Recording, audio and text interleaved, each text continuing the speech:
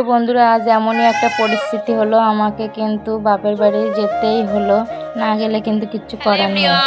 Good morning তোমাদের সবাইকে, রাধে রাধে বন্ধুরা। তোমরা সবাই কেমন আছো? আশা করি খুব ভালো আছো। আমিও কিন্তু খুব ভালো আছি। তো আবারও তোমাদের সবাইকে রয় ব্লগে ওয়েলকাম জানাচ্ছি। তো আজ হলো শনিবার 9টা থেকে আমি আমার ব্লগটি শুরু করছি।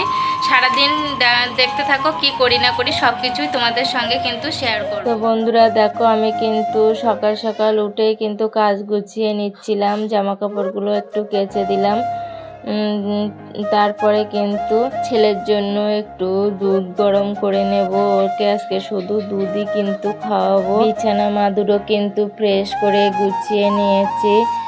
আজ কিন্তু একটু বাপের বাড়ি আমাকে যেতেই হবে, না গেলে কিন্তু হবে না। জানো তো বন্ধুরা, আগের দিন যে ব্যাংকে গিয়েছিলাম সেই কাজটা কিন্তু আমার সম্পূর্ণ হয়নি, জানো তো। তার জন্য কিন্তু আমাদের এইখানে যে কম্পিউটারগুলো আছে সেগুলো এত ব্যস্ত, ওরা যে এসব কাজ করার সময়ই পাচ্ছে না। তার জন্য কিন্তু ভাইয়ের একটা বন্ধুর কম্পিউটারের দোকান আছে, তার জন্য কিন্তু আমাকে বাপের বাড়ি যেতে হবে। ওই যে এখন অন্নপূর্ণা ভাণ্ডারের জন্য যে ডিভিডি লিঙ্কগুলো করাচ্ছে, তার জন্যই কিন্তু আজ বাপের বাড়ি যাব। দেখো, আমি কিন্তু রেডি হয়ে নিয়েছি, সোনা বাবাও রেডি হয়ে নিচ্ছে।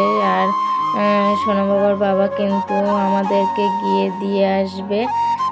আসার সময় আমার মা নিয়ে আসবে। দেখো, স্টেশনে বসে বসে লিচু খাচ্ছে আর কেমন করছে দেখো, ঢং দিচ্ছে। আজ ট্রেন এতটাই লেট ছিল যে বারাসাতে স্টেশনে বসে বসে শুধু ট্রেন যাচ্ছে সেইগুলোই দেখছি। দেখো, এসি ট্রেন চলে এসেছে।